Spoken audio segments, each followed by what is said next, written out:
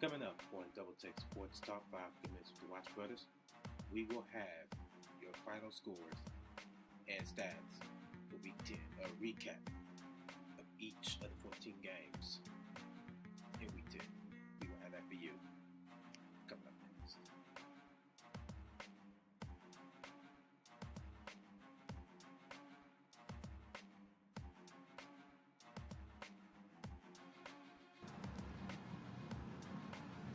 All right, this is it. Double Take Sports Top 5 Good Minutes with the Watts Brothers. Welcome to the show. Derek Watts here. On the opposite side of that screen, via Skype, say hello to Daryl Watts today. All right, what's going on? How's everybody? All right, we are here again, ready for action. Recap of Week 10 in the NFL. Our stats, final scores. You ready to do it? Let's rock it, man. All right, let's do this. Let's do it. All right, we're going to kickstart this baby off with the scores and analysis. Of course, we're going to start you off with the Thursday night football. Cleveland at Baltimore. Baltimore pulled off that win, 28-7. Cody Kessler was 11 for 18, 91 yards and a touchdown. Josh McCown was 6 for 13, 59 yards and 2 interceptions. Joe Flacco was 30 for 41, 296 yards, 3 touchdowns, and 2 picks. Moving on to Houston and Jacksonville.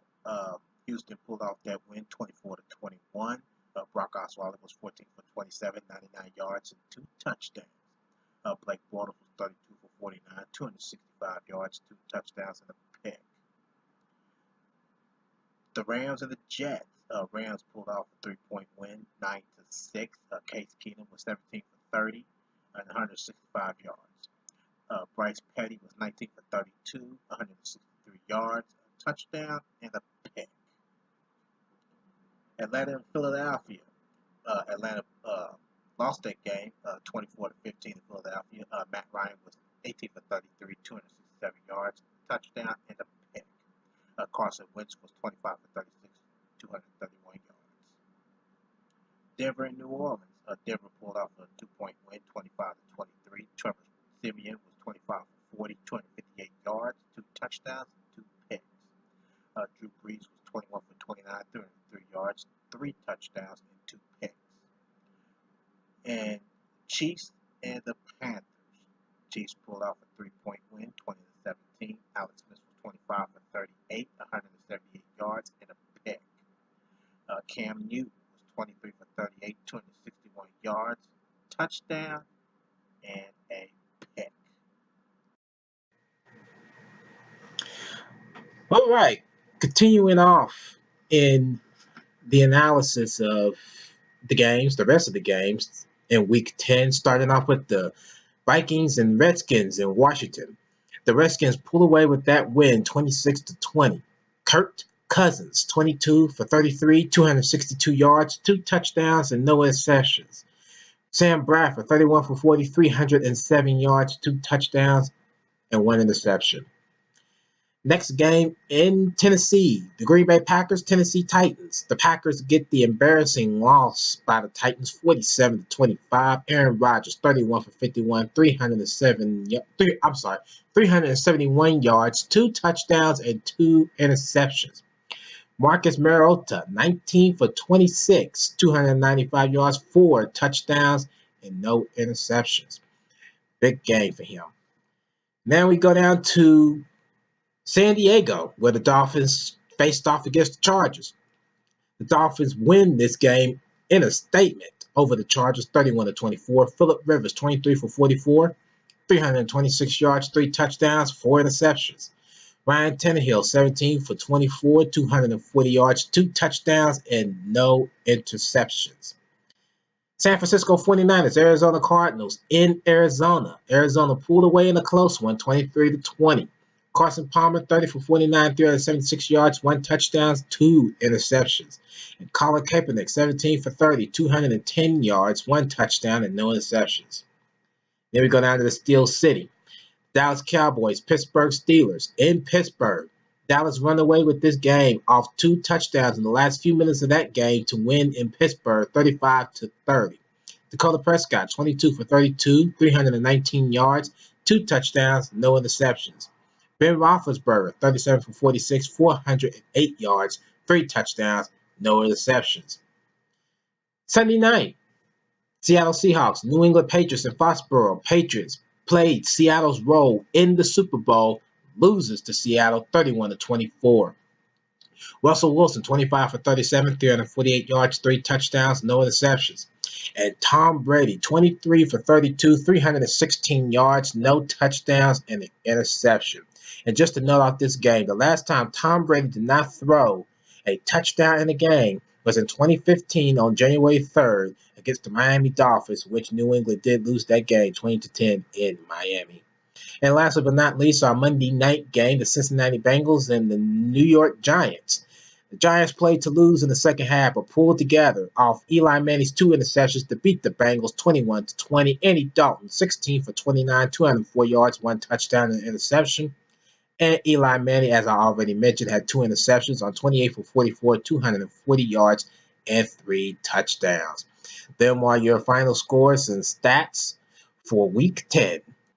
Okay, if you didn't watch Sunday's games, here is what you missed from the 1 o'clock and the 4 o'clock games via NFL Communications.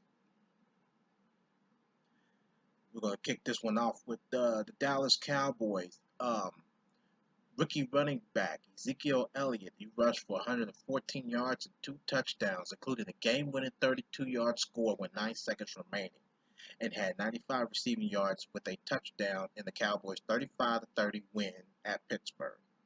Elliott has 1,005 rushing yards, and is the 3rd player in NFL history to rush for at least 1,000 yards in his first 9 career games, joining Pro Football Hall of Famer Eric Dickerson with 1,096 and Adrian Peterson with 1,081. Elliott, who had a 60-yard touchdown run in Week 5 against Cincinnati, had an 83-yard touchdown catch in Sunday's game. He is the first rookie running back to have a 60-plus yard touchdown run and an 80-plus yard touchdown catch in a season since Pro Football Hall of Famer Gale Sayers in 1965. To the Broncos, Denver's rookie Justin Simmons blocked an extra point attempt with 1:22 remaining in the 4th quarter, and the Broncos' other rookie Will Parks returned it for the game-winning 2-point conversion in Denver's 25-23 win at New Orleans. It marked the first ever game-winning defensive 2-point conversion since the rule was adopted in 2015, and the first to give the scoring team the lead. On to New Orleans. Quarterback Drew Brees threw 3 touchdowns for the Saints. He has 452 touchdown passes and joined Peyton Manning, 539, and Pro Football Hall of Famer Brett Favre, 508, as the only quarterbacks in NFL history with at least 450 touchdown passes. To the Titans, the quarterback Marcus Mariota completed 73.1% of his passes. He was 19 for 26 for 295 yards and 4 touchdowns and no interceptions for 149.8 passer rating in the Titans' 47-25 win over Green Bay. Mariota is the first quarterback in NFL history to have at least 3 games with 70-plus completion percentage, at least 4 touchdowns and no interceptions in his first 2 seasons. Staying with the Titans, running back DeMarco Murray rushed for 123 yards, including a 75-yard touchdown, and threw a 10-yard touchdown pass. Murray is the first non-quarterback since Pro Football Hall of Famer John Henry Johnson in 1960, December 11th, to have a 75-plus yard touchdown run and a touchdown pass in the same game. To the Buccaneers, Tampa Bay's quarterback Jameis Winston passed for 312 yards and 2 touchdowns in the Buccaneers' 36-10 win over Chicago. Winston is 22 years, 312 days, is the youngest player in NFL history to reach 40 career touchdown passes, which is 41. The previous mark was held by Drew Bledsoe at 22 years, 313 days old. To the Cardinals, Arizona running back David Johnson had 101 scrimmage yards, 55 rushing and 46 receiving, and 2 touchdowns, 1 rushing and 1 receiving, in the Cardinals' 23-20 win over San Francisco. In his career, Johnson has 17 rushing touchdowns, 5 receiving touchdowns, and 1 kickoff return touchdown. He is one of 3 players in NFL history, Pro Football Hall of Famer Gale Sayers and Abner Haynes, to have at least 15 rushing touchdowns, 5 receiving touchdowns, and a kickoff return touchdown in the player's first 2 seasons. Johnson is the first player to record at least 100 scrimmage yards in each of his team's first 9 games since Edgerrin James for the Indianapolis Colts in 2005. Moving on to the Chiefs. Kansas City scored 17 fourth quarter points in the team's 20-17 win at Carolina. The Chiefs overcame a 17-0 deficit, the second time this season Kansas City has won a game after trailing at least 17 points, which was back in Week 1 against San Diego Chargers, and our deficit was 21 points. The Chiefs are the 7th team in NFL history to at least win 2 games in which it trailed by at least 17 points in the first 9 games of a season. Going back to Carolina, quarterback Cam Newton passed for 261 yards with a touchdown and rushed for 54 yards with a touchdown in the Panthers' loss. Newton has 20,257 passing yards and 3,468 rushing yards in his career, and is the only player in NFL history to have at least 20,000 passing yards and 3,000 rushing yards in his first 6 seasons. Moving on to the Falcons, Atlanta's wide receiver Julio Jones has 10 catches for 135 yards in the Falcons' 24-15 loss at Philadelphia.